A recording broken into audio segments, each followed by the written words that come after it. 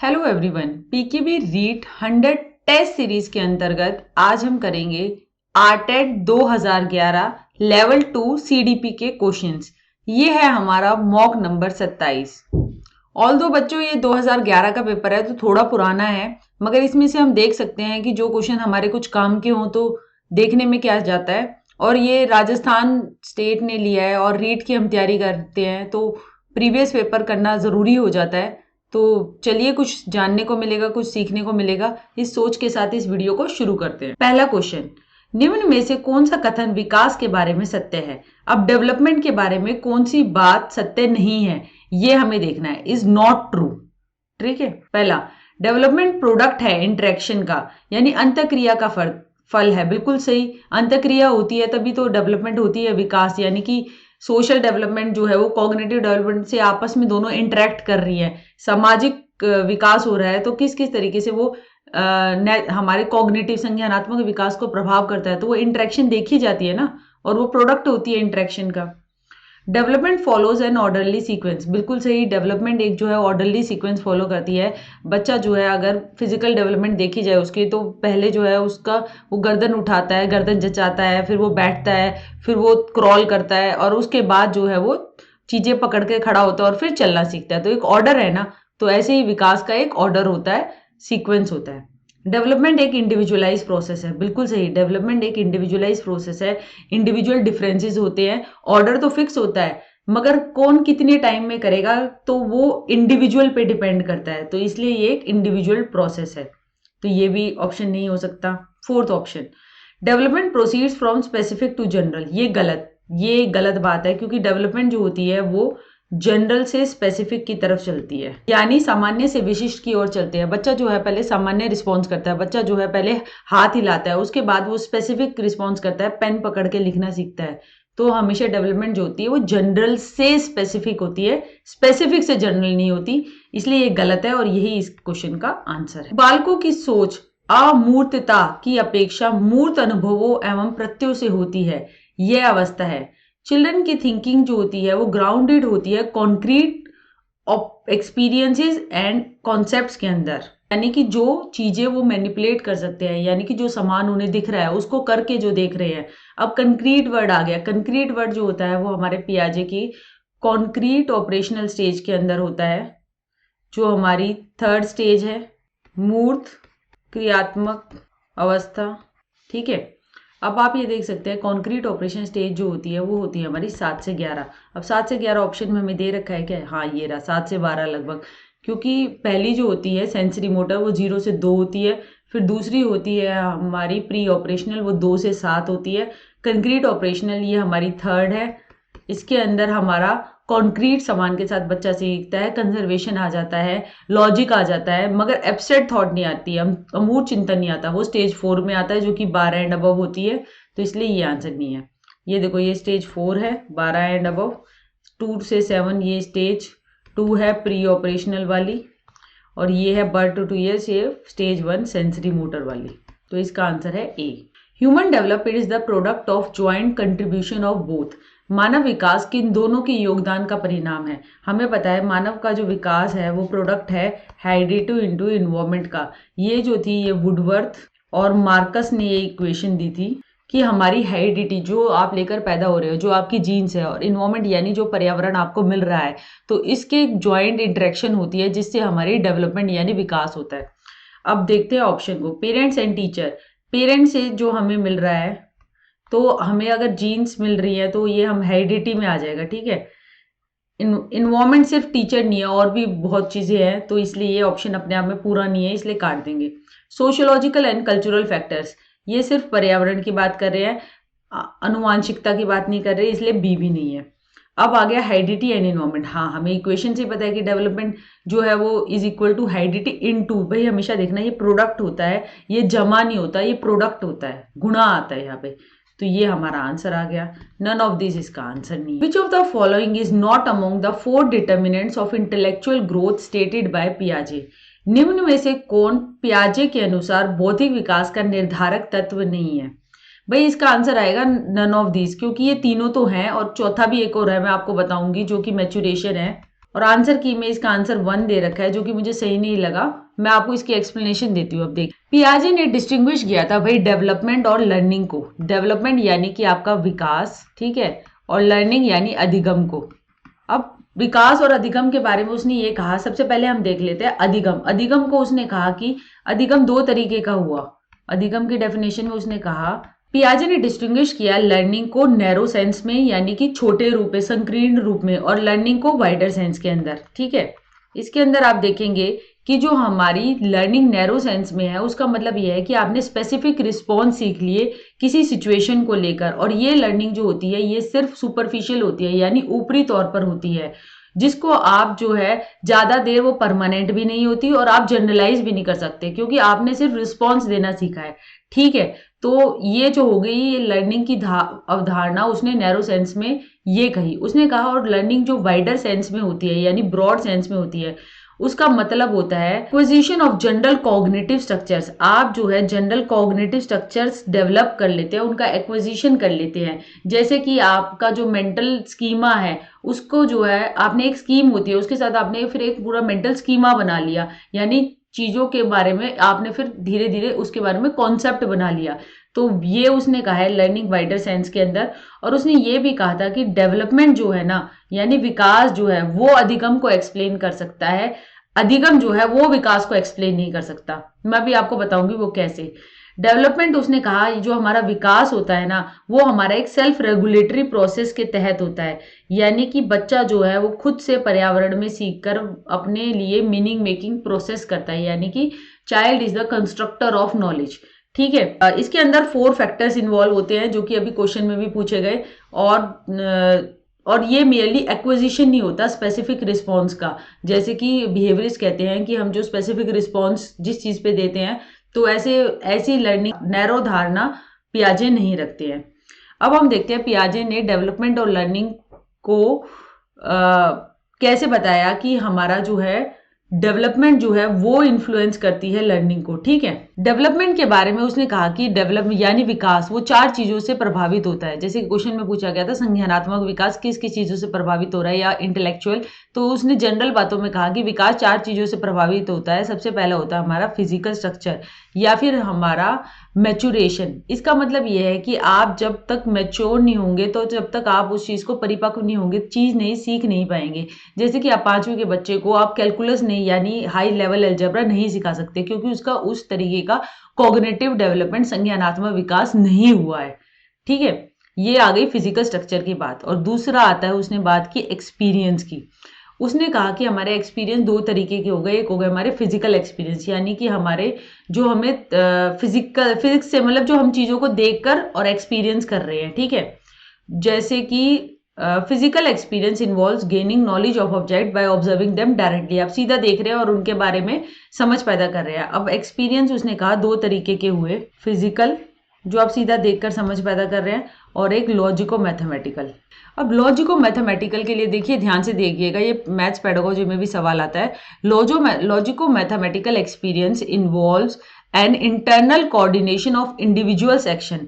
आप आंतरिक तरीके से जो आपके एक्शन आप कर रहे हो उसका कोऑर्डिनेशन करने लग जाते हो। पहले आप वस्तुओं के साथ करते हो और फिर आप ये चीजें आप आंतरिक रूप से अपने दिमाग के अंदर ही अंदर करने लग जाते हो और आपको चीजों की जरूरत नहीं पड़ती, ठीक है। Which at the outset are performed on the object. जैसे बच्चा सामान को देखकर धीरे धीरे गिनती सीखता है और फिर बाद में वो उसको सामान की जरूरत नहीं होती और वो गिनती बताने लग जाता है, तो वो होता है हमारा लॉजिको मैथमेटिकल एक्सपीरियंस, ठीक है। उसने कहा कि ये सिर्फ एक्सपीरियंस जो है वो ही केवल पर्याप्त नहीं है विकास को बताने के लिए। तो फिर उसने एक और बात की, पहले बात की फिजिकल स्ट्रक्चर मैच्योरेशन की, दूसरी एक्सपीरियंस की। एक्सपीरियंस में भी 2 तरीके के एक्सपीरियंस, फिजिकल और लॉजिको मैथमेटिकल। और फिर तीसरी उसने बात की सोशल ट्रांसमिशन की।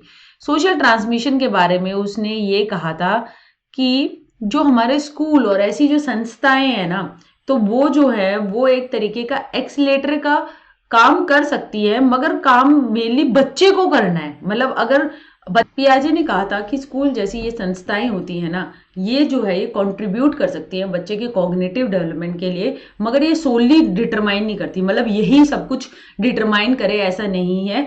तो उनकी ऐसी धारणा थी। तो सोशल ट्रांसमिशन को जैसे हम सोचते हैं ना कि सिर्फ वाइगॉट्स्की ने ही इंपॉर्टेंस दी, तो पियाजे ने बहुत ज्यादा इंपॉर्टेंस नहीं दी, ऑल्दो उनके रोल को पियाजे ने नेग्लेक्ट नहीं किया।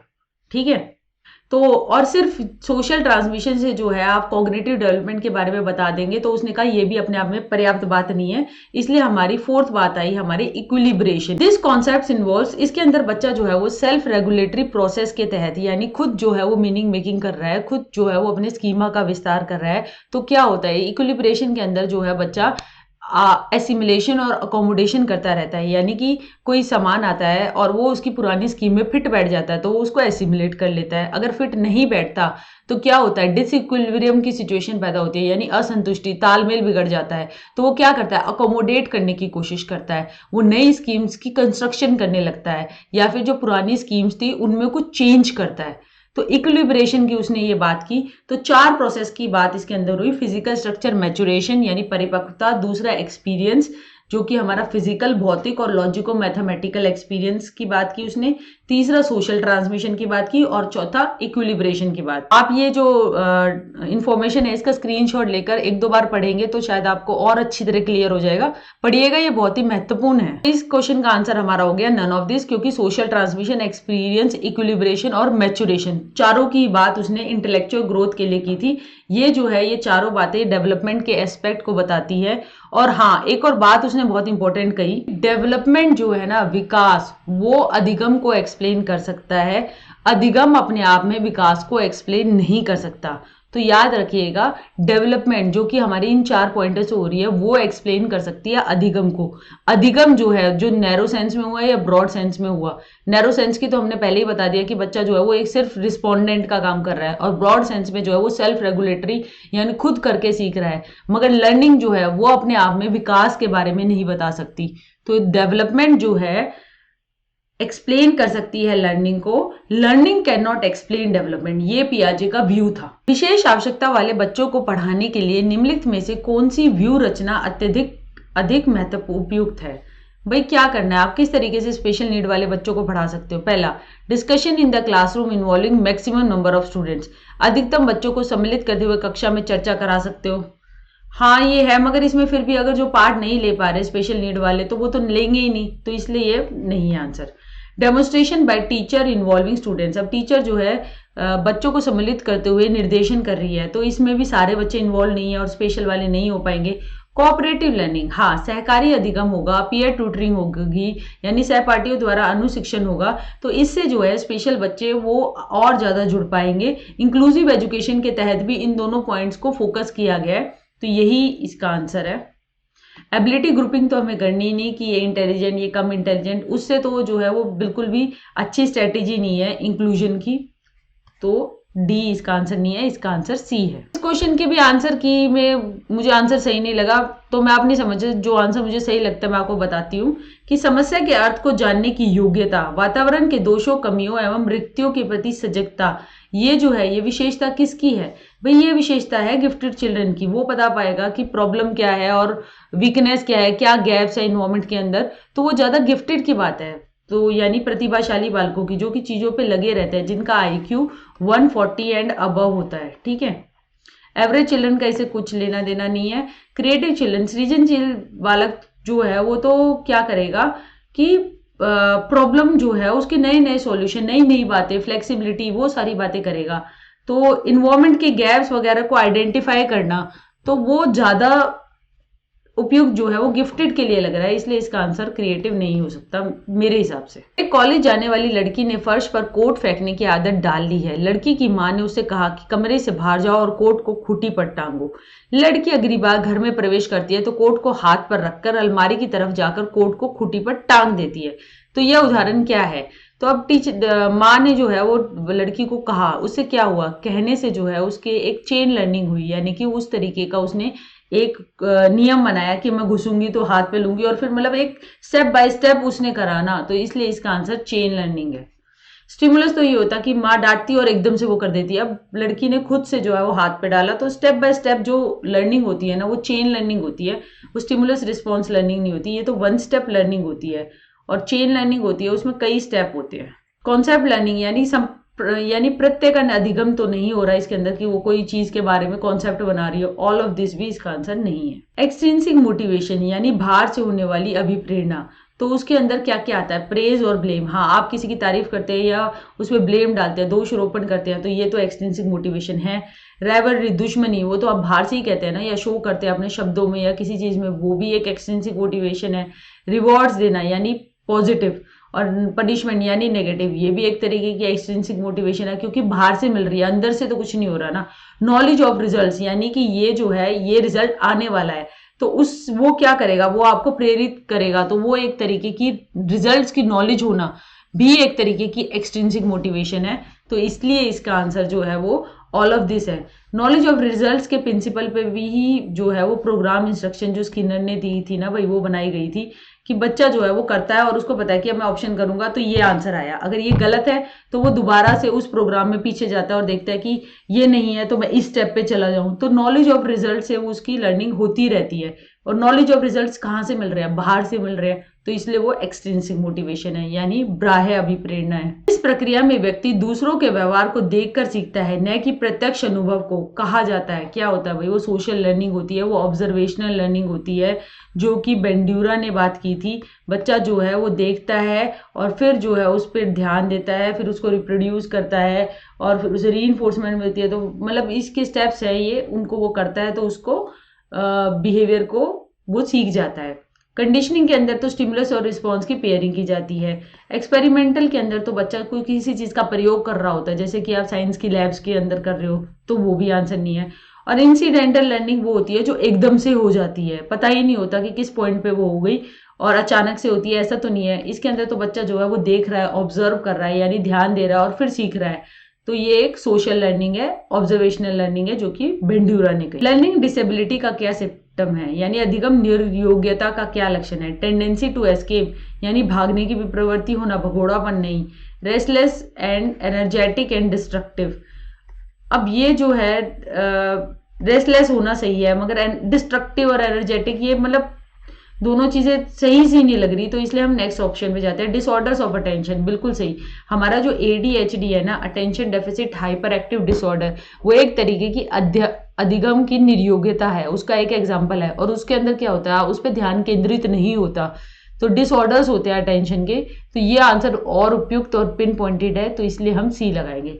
लैक ऑफ मोटिवेशन यानी कि अभिप्रेरणा का अभाव लर्निंग डिसेबिलिटी का सिम्टम है, ये जरूरी नहीं है। इसमें सीधा एग्जाम्पल जब हमारा ADHD का आ रहा है तो हम आंसर सी लगाएंगे। The personal factors which affect learning are, अधिगम को प्रभावित करने वाले व्यक्तिगत कारण क्या है। अब व्यक्तिगत कारण क्या होते हैं, व्यक्ति के अंतर होते हैं। तो व्यक्ति के अंदर क्या होंगे, मैच्योरेशन यानी वो कितना परिपक्व है, बच्चा जो है एडल्ट बन गया है, तो उसकी जो लर्निंग है या जो उसकी रीजनिंग है, यानी कि जो वो तर्क दे रहा है, तो वो जो होंगे वो काफी एब्स्ट्रैक्ट होंगे, अमूर्त होंगे। और बच्चा जो है वो प्रोपोजिशनल रीजनिंग भी दे सकता है, बच्चा लॉजिक के आधार पे एनालॉजी वगैरह सब तरीके की कर सकता है। और ये सारी चीजें फिर क्या करेंगी, उसके अधिगम को प्रभावित करेंगी, क्यों फिर वो जो है वो हाई लेवल का कॉलेज और ग्रेजुएट लेवल का मैथ्स भी कर पाएगा, क्योंकि उसकी मैच्योर हो गया है ना, और वो एज हो गई है उसकी।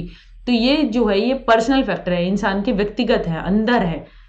मास मीडिया बाहर है, पीयर ग्रुप बाहर है, टीचर बाहर है, तो ये अंदर नहीं है। ये पर्सनल फैक्टर वो हो गए जो उसके अंदर हुए, तो वो मैच्योरेशन और एज है, इसलिए इसका आंसर डी है। क्रिकेट खिलाड़ी अपनी गेंदबाजी के कौशल को विकसित कर लेता है, पर यह उसके बल्लेबाजी के कौशल को प्रभावित नहीं करती।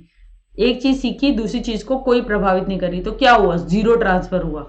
ठीक है, एक चीज का सीखना दूसरी चीज पे पॉजिटिव इफेक्ट डाले तो वो कहलाता है पॉजिटिव ट्रांसफर। ठीक है, और एक चीज का सीखना दूसरी चीज पे नकारात्मक प्रभाव डाले तो वो कहलाता है नेगेटिव ट्रांसफर। जैसे नेगेटिव में देखिए कि आप इंडिया में गाड़ी चला रहे हैं, आप इंडिया में राइट हैंड चलाते हैं, आप जब यहाँ आते हैं यूरोप में तो वो वहाँ पे लेफ्ट हैंड ड्राइव है, तो वो उस तरीके से नेगेटिव ट्रांसफर है, आपको गाड़ी चलाने में दिक्कत आएगी, तो वो हो गया negative transfer of learning. Positive transfer है यानी आप मैथ्स में तेज हैं, आप मैथ्स में आपका एप्टीट्यूड है और आप जो है फिर फिजिक्स करने लग जाते हैं, तो मैथ्स और फिजिक्स आपस में कोरिलेटेड है, तो लर्निंग क्या होगी, पॉजिटिव ट्रांसफर। मैथ्स में जो आपकी अच्छी एप्टीट्यूड था वो आपको मदद कर रहा है फिजिक्स सीखने में भी, तो वो पॉजिटिव का एग्जाम्पल है। इसमें दो चीजों का आपस में कोई संबंध नहीं है, उसका बॉलिंग का और बैटिंग का, तो कोई ट्रांसफर नहीं हो रहा, तो इसलिए इसका आंसर है जीरो ट्रांसफर ऑफ ट्रेनिंग। में से कौन सा कथन किसी व्यक्ति के मानसिक स्वास्थ्य को उत्तम रूप से प्रदर्शित करता है? भाई उत्तम रूप से क्या प्रदर्शित करता है? पहला, पूर्ण अभिव्यक्ति, फुल एक्सप्रेस करेगा तो मेंटली हेल्दी है, बिल्कुल सही। हार्मोनाइज होगा, यानी कि सारी चीजों की डेवलपमेंट एक साथ हो रही है, गोल डायरेक्टली लक्ष्य की तरफ काम करता रहेगा, तो ये एक बढ़िया आंसर है। इसके बाद अगले पे चलते हैं। मेंटल डिसऑर्डर्स का ना होना, mental health, best shows the mental health of a person. तो मेंटल हेल्थ यानी मानसिक स्वास्थ्य के बारे में बेस्ट क्या शो करेगा कि मेंटल डिसऑर्डर का ना होना, तो ये थोड़ा बहुत हो भी सकता है। फ्री हो पर्सनैलिटी डिसऑर्डर्स, पर्सनैलिटी डिसऑर्डर से मुक्त हो, तो ये भी है। मगर जो फुली आंसर बढ़िया तरीके से है, फुली अगर एक्सप्रेस करोगे, हार्मोनाइज हो जाओगे। जब हार्मोनाइज ही हो गए तो हार्मनी में है, यानी सब चीजें संतुलित है, तो मेंटल डिसऑर्डर और पर्सनैलिटी डिसऑर्डर तो है तो नहीं है, तो वो हार्मोनियस वर्ड के अंदर ही आ गए। और गोल डायरेक्टेड आप बिहेव कर रहे हो, तो इसलिए अच्छी तरीके से फुल अम्ब्रेला टर्म वाली स्टेटमेंट ए है, इसलिए ए इसका आंसर है पूर्ण रूप से। फ्रॉइड, पियाजे एवं अन्य मनोवैज्ञानिक ने व्यक्तित्व विकास की विभिन्न अवस्थाओं के संदर्भ में व्याख्या की है, परंतु पियाजे ने क्या कहा है? पियाजे ने कहा है कि developmental stages which are determined by the environment, ऐसी डेवलपमेंट स्टेजेस की बात की जो पर्यावरण से निर्धारित होती है, बिल्कुल भी नहीं। उसकी तो अंदर से बात है ना, कॉग्निटिव डेवलपमेंट की, आप ऐसे ऐसे बच्चा करेगा। Restricted effects of stages too early infant experience only, यानी सिर्फ शैशव अवस्था की बात की है, नहीं, उसने तो चारों स्टेज की बात की है। Cognitive transformation to explain stages, बिल्कुल सही, उसने विभिन्न अवस्थाओं को समझाने के लिए संज्ञानात्मक बदलाव की बातें की है। पियाजे की जो थियरी है वो कॉग्निटिव डेवलपमेंट की है, कैसे कैसे जो हमारी सोच है, यानी कि बच्चा जब पैदा होता है और कैसे बड़े की उनके चिंतन सोच में क्या फर्क आ जाता है, बच्चा क्या कॉन्क्रीट ऑपरेशनल का कैसे कंजर्व करने लग जाता है, कैसे जो है वो कैसी रीजनिंग देता है, और जो छोटा बच्चा होता है वो ऑब्जेक्ट परमानेंस कब सीखता है। तो ये सब कॉग्निटिव ट्रांसफॉर्मेशन की बात है, यानी संज्ञानात्मक पक्ष से रिलेटेड उसने बातें की है। सो कॉग्निटिव ट्रांसफॉर्मेशन को उसने बेस माना है स्टेजेस को एक्सप्लेन करने के लिए। जैसे कि मोरल डेवलपमेंट के लिए हम कोलबर्ग रखते हैं ना, तो ऐसी कॉग्निटिव डेवलपमेंट के लिए हम पियाजे को पढ़ते हैं, तो वही इसका आंसर है। नन ऑफ दिस इसका आंसर नहीं है। गिलफर्ड ने दी थी टर्म कन्वर्जेंट थिंकिंग, ये एक इक्विवेलेंट है किस चीज के? भाई ये इक्विवेलेंट है इंटेलिजेंस के। इस क्वेश्चन का आंसर भी क्रिएटिविटी दे रखा है, जो कि गलत है। क्रिएटिविटी तो भाई बिल्कुल ही डाइवर्जेंट थिंकिंग से रिलेटेड है, यानी कि आप जो है एक चीज के बहुत सारे नए नए अलग अलग दिशाओं में सॉल्यूशन खोजते हो, ठीक है, तो वो क्रिएटिविटी है। अब कन्वर्जेंट थिंकिंग क्या हो गई, यानी बहुत सारी चीजों को एक साथ मिलाकर एक पॉइंट पे फोकस करना और फिर उसके बारे में सोचना, तो ये कौन करता है भाई? ये इंटेलिजेंस की एक खूबी है, तो इसलिए इसका आंसर आएगा intelligence. Statement is not true about interest. अब इंटरेस्ट के बारे में कौन सी, रुचि के बारे में कौन सी स्टेटमेंट ट्रू नहीं है? Interest are innate and required, रुचि जो होती है वो जन्मजात और अर्जित दोनों होती है, बिल्कुल सही बात है, इसलिए ये आंसर नहीं हो सकता। इंटरेस्ट चेंज विद टाइम, रुचियां समय के अनुसार बदलती रहती है, बिल्कुल सही है। पहले आपको जो है बेल बॉटम पैंट पहनने में रुचि हुई क्योंकि आपने अपने हीरो हीरोइन को वो पहनते हुए देखा, मगर कुछ साल बाद आपके जो है हीरो हीरोइन की पसंद बदल गई और बेल बॉटम भी आउट ऑफ फैशन हो गई, तो आपका इंटरेस्ट बदल गया, आपने वो बेल बॉटम पैंट पहननी छोड़ दी, आप जो है वो स्लीक जीन्स पहनने लग गए। तो इंटरेस्ट चेंज हो जाता है टाइम के साथ, रुचि बदल गई आपकी। Interest are not related to capacities and aptitudes, interest जो होते हैं वो रिलेट नहीं होते कैपेसिटी से और एप्टीट्यूड से। अभी इसको देखते हैं। Interest are not reflection of attraction and aversion in behaviour, रुचियां व्यवहार में आकर्षण एवं विकर्षण के प्रतिबिंब नहीं है। भाई वो तो प्रतिबिंब है, तो इसलिए ये बात गलत है, यही इसका answer. Interest are not related to capacities and aptitudes, रुचि जो है वो योग्यताओं एवं अभिक्षमताओं से संबंधित नहीं होती। भाई वो इंटरेस्ट होती है आपकी रुचि। अब रुचि जो है वो जरूरी नहीं है आपके अंदर कैपेसिटी हो, यानी कि आपकी रुचि तो है आपकी बॉडी बिल्ड करने की, बिल्कुल ऋतिक रोशन बनने की, मगर कैपेसिटी नहीं है आपके अंदर वो, यानी कि आपकी उस तरीके की आपके अंदर एनर्जी नहीं है, या फिर आपको उस तरीके की आप नहीं कर पा रहे मेहनत। तो रुचि होना और कैपेसिटी होना तो ये अलग बात हो गई। और एप्टीट्यूड, रुचि तो है आपकी टीचर बनने में, मगर आप एप्टीट्यूड नहीं रखते उस तरीके का, यानी कि आप अगर टीचिंग एप्टीट्यूड टेस्ट देखा जाए कि टीचर बनने के लिए क्या क्या गुण होने चाहिए, उन मानदंडों पे आप खड़े नहीं उतरते, तो रुचि होने से कोई मतलब नहीं रहेगा। अगर रुचि और एप्टीट्यूड दोनों होते हैं ना, तो इंसान उस फील्ड के अंदर बहुत अच्छा और एक्सेल करता है, ठीक है। तो ये बात तो अपने आप में सही है, इसलिए ये आंसर भी नहीं हो सकता, इसलिए इसका आंसर 4 है कि इंटरेस्ट जो है रुचि व्यवहार में आकर्षण एवं विकर्षण के प्रतिबिंब हैं। अगर ये बात होती तो ये सही होता, और ये बात नहीं है, ये बात गलत बता रखी है, और यही हमें बतानी थी कि क्या बात गलत है इंटरेस्ट के बारे में, तो इसलिए इसका आंसर हो गया डी। अभिवृत्ति क्या है? An emotionalised tendency organise through experience to react positively और negatively towards a psychological object. बिल्कुल सही, एटीट्यूड की डेफिनेशन ही उन्होंने दे दी है, ठीक है। एक भावात्मक प्रवृत्ति जो अनुभव के द्वारा संगठित होकर किसी मनोवैज्ञानिक वस्तु के प्रति पसंदगी या नापसंदगी के रूप में प्रतिक्रिया करती है। हमें पता है कि एटीट्यूड का ABC कंपोनेंट होता है, अफेक्टिव यानी कि संवेगिक कंपोनेंट, बिहेवियर आप किस तरीके का व्यवहार व्यक्त करते हैं, और सी संज्ञान आप उस चीज के बारे में कैसी आप धारणा बना लेते हैं, तो वो कहलाता है एटीट्यूड। तो ये बिल्कुल सही है, इसका आंसर यही होता है एटीट्यूड। और उस तरीके से आप फिर आप बिहेव करते हो किसी साइकोलॉजिकल ऑब्जेक्ट यानी किसी आदमी को लेकर, किसी चीज को लेकर या किसी बंदे को लेकर आप जो है वो एक टेंडेंसी बना लेते हो, और अपने एक्सपीरियंस के थ्रू कि ये तो ऐसा ही है, तो वो आपने कैसे बनाया? आप सामूहिक रूप से आपने उसको देखा और आपने जो है उसके बहुत सारे कॉग्निशन संज्ञान में रखा कि ऐसे ऐसे हर जगह बिहेव करता है, और फिर आपने बना लिया उसके खिलाफ उसके लिए एक एटीट्यूड, और फिर वो एटीट्यूड जो है ना वो आप लंबे समय तक रखते हो, अगर बहुत टाइम लग जाता है उसे चेंज होने में, ठीक है। A characteristic that is symptomatic to the individual's ability to acquire with some specified training, some knowledge or skill in a given level। तो भाई ये जो है ना ये तो एटीट्यूड नहीं, एप्टीट्यूड की बात है यहाँ पे, तो ये एप्टीट्यूड की डेफिनेशन है, ठीक है। तो ये इसका आंसर नहीं है। A potential ability of an individuals of a specialized guide, ये भी एप्टीट्यूड की डेफिनेशन है कि अगर उसमें आप जो है वो काम करेंगे तो आपको बढ़िया तरीके से आप आगे अच्छा कर पाएंगे, आपको ट्रेनिंग मिलेगी, तो वो एप्टीट्यूड की बातें हैं इसके अंदर। एटीट्यूड की बात सिर्फ ए में है, तो ए इसका आंसर है। तो एवं बुद्धि में वंशानुक्रम की क्या रोल होता है? नाम मात्र की भूमिका, महत्वपूर्ण भूमिका,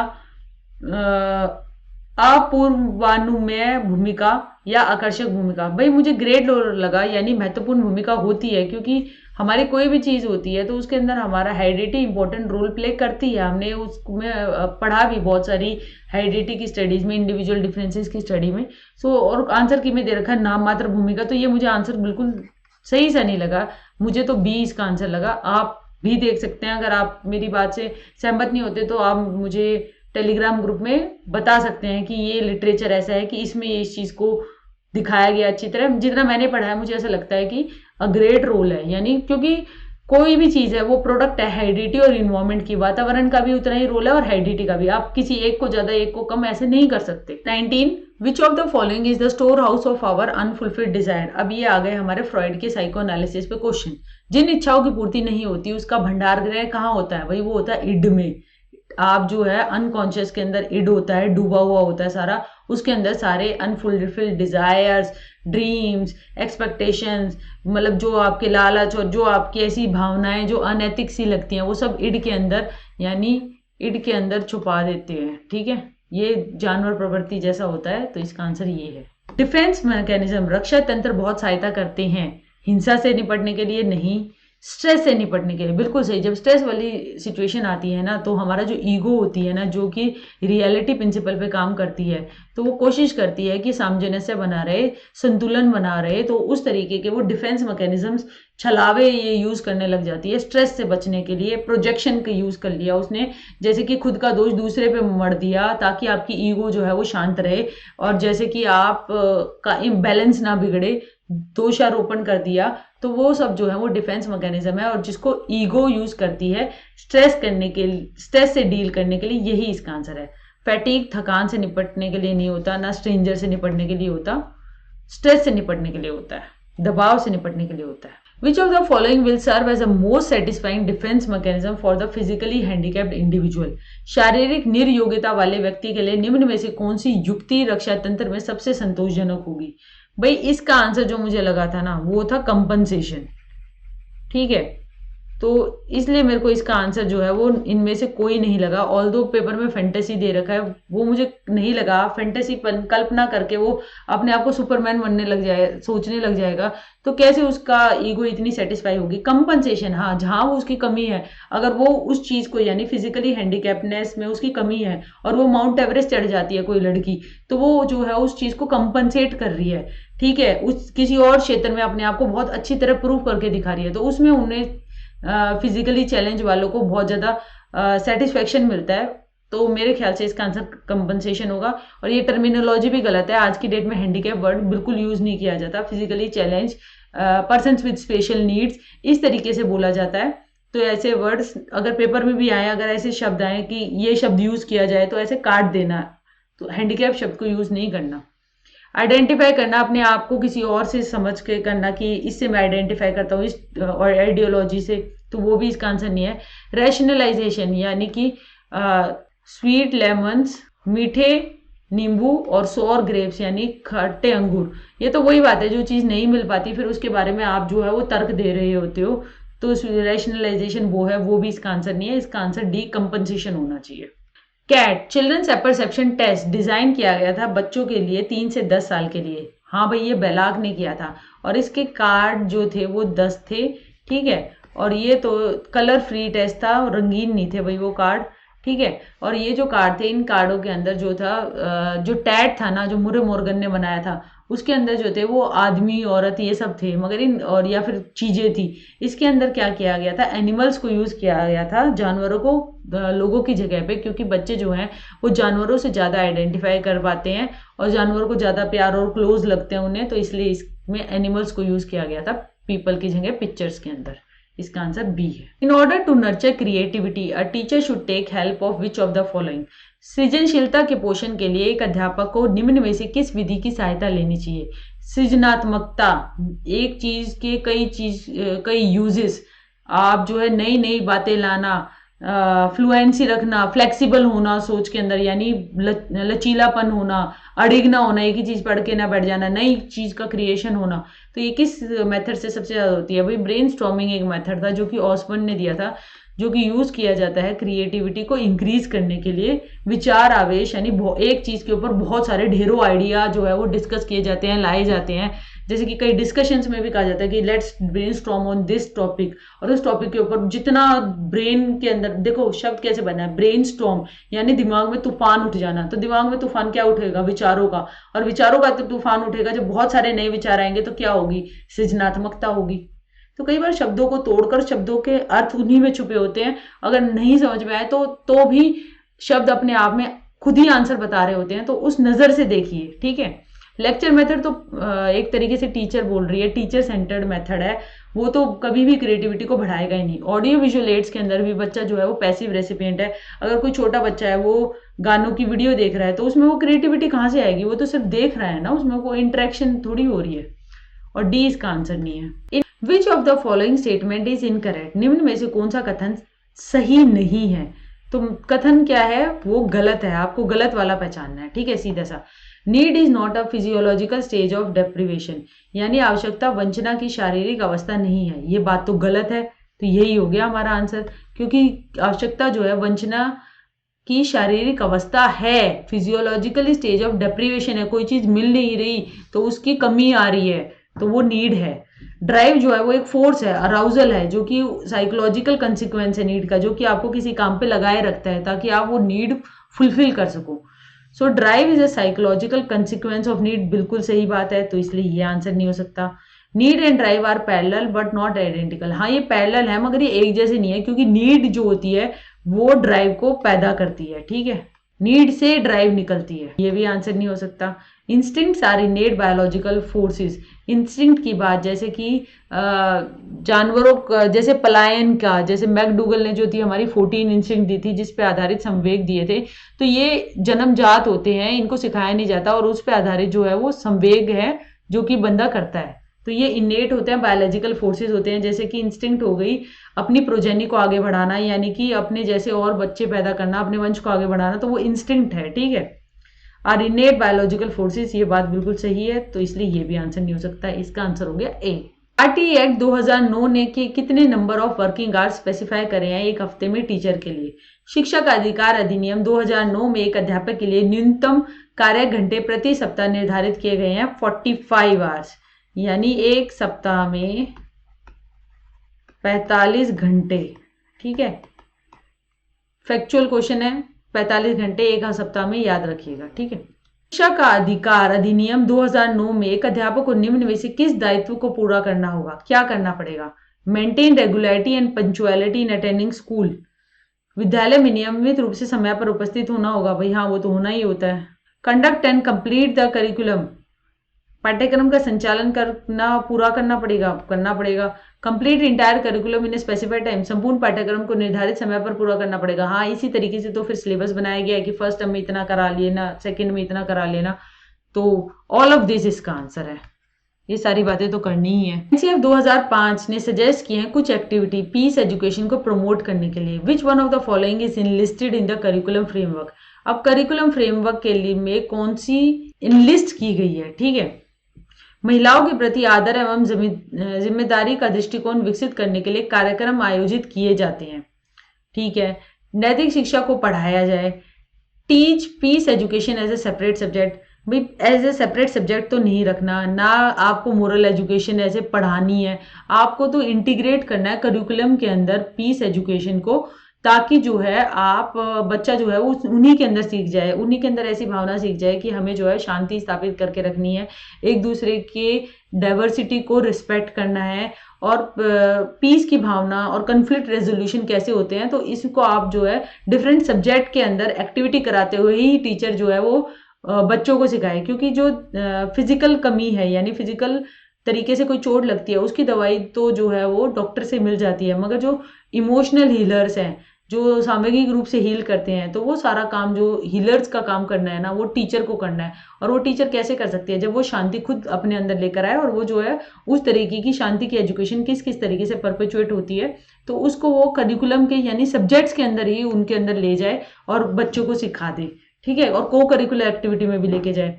तो इसलिए मुझे इसका आंसर जो है वो डी ज्यादा उपयुक्त लगा, ऑल्दो आंसर की में ए दे रखा है, मुझे वो सही नहीं लगा। NCF 2005 talks of major shift from, NCF 2005 जो है वो बात करता है कि बातचीत किस पे की गई है। ज्ञान स्थायी है, वह दिया जाता है, इससे ज्ञान का विकास होता हो और इसकी संरचना की जाती है। अब जो है फोकस किससे पहले किया जाता कि नॉलेज जो है वो गिवन है, फिक्स्ड है, टीचर सेंट्रिक है, और अब जो है क्या बात की गई है एनसीएफ 2000 में, नॉलेज इवॉल्व करती है, क्रिएट होती है, तो कंस्ट्रक्टिविज्म की बात है, यानी संरचनावाद की बात है, तो यही इसका आंसर है। Educational focus to disciplinary focus, नहीं भाई, disciplinary focus to educational focus हो रहे हैं, यानी जो आप सब्जेक्ट सेंटर्ड थे उससे आप जो है वो एजुकेशन शिक्षा केंद्रित ज्यादा हो रहे हैं, तो ये गलत है। टीचर लर्नर सेंटर से टीचर सेंटर, ये तो पहले होता था, टीचर सेंटर से लर्नर सेंटर पे जाना है, तो इसलिए ये गलत है। नन ऑफ दिस इसका आंसर नहीं है। एक्शन रिसर्च का क्या ऑब्जेक्टिव है? नई नॉलेज का गेन करना, डेवलप करना science of behaviour in educational situations में, मॉडिफाई करना एजुकेशनल प्रैक्टिसेस स्कूल और क्लासरूम, यही करना है। क्योंकि आप एक सिचुएशन से जो है वो डिससेटिस्फाई है एज अ टीचर और आप उसका सॉल्यूशन खोजना चाहते हैं, तो आप एक्शन रिसर्च करेंगे। आप देखेंगे अगर आपकी क्लास के बच्चे जो हैं वो रोज लेट आ रहे हैं, तो आप उसके बारे में एक प्रॉब्लम आई, आप उससे जो है उसके कारण खोजेंगे कि क्यों लेट आ रहे हैं, क्या बात है। तो फिर आप जो है उस एजुकेशनल प्रैक्टिस की डिससेटिस्फेक्शन में थे ना, जिसमें आप जो है वो आपको सही नहीं लग रहा था, उसके आपने सॉल्यूशन खोजे और फिर उनको क्रियान्वित किया, तो वही एक्शन रिसर्च होती है। न्यू नॉलेज गेन करना, तो भाई ये नहीं है इसका, आप नई नॉलेज नहीं करते, आप जो प्रॉब्लम सिचुएशन है उसको पीएस करते हैं, यानी मेनली आप प्रॉब्लम सॉल्विंग का काम करते हैं लोकल लेवल के ऊपर, यानी कि स्कूल पे। तब करना science of behaviour educational situations में, ये भी इसका काम नहीं है। एजुकेशन सिचुएशन तो बहुत बड़ी बड़ी होती है, स्कूल हो गया, कॉलेज हो गया और डाइट्स हो गई, तो वो थोड़ी है, उसके अंदर आपको साइंस ऑफ बिहेवियर करना है, तो इसलिए बी भी इसका आंसर नहीं है, इसका आंसर है C. The NCF 2005 under the heading examination reforms which of the following reform has been suggested, राष्ट्रीय पाठ्य चर्चा रूपरेखा 2005 के अंतर्गत परीक्षा सुधारों में निम्न में से किस सुधार को सुझाया गया है? ओपन बुक एग्जामिनेशन होनी चाहिए, बिल्कुल सही, खुली पुस्तक परीक्षा की बात की गई है। सतत निरंतर एवं व्यापक मूल्यांकन CCE कॉन्टिन्यूस कॉम्प्रिहेंसिव इवैल्यूएशन यानी लगातार कॉम्प्रिहेंसिव यानी बच्चे के सारे पक्षों का इवैल्यूएशन यानी मूल्यांकन करना चाहिए। बिल्कुल सही। ग्रुप सामूहिक मूल्यांकन, कार्य मूल्यांकन, इसकी भी बात की गई है। तो सारों की बात की गई है, इसलिए इसका आंसर आ जाएगा डी। ये इस एग्जाम के आंसर की आप देख सकते हैं। और जिन क्वेश्चंस का मुझे आंसर की वाला नहीं लगा और अपनी समझ से मुझे जो सही लगा वो मैंने ब्लैक बॉक्स के अंदर लिख दिया है, आप देख सकते हैं। आप हमारे टेलीग्राम ग्रुप से भी जुड़ सकते हैं और किसी क्वेश्चन की एक्सप्लेनेशन और आप चाहते हैं और या फिर मेरी एक्सप्लेनेशन आपको सही नहीं लग रही तो आप उससे रिलेटेड लिटरेचर या उसके बारे में मुझे बता सकते हैं। पढ़ते रहिए, मेहनत करते रहिए। जय हिंद। Thank you.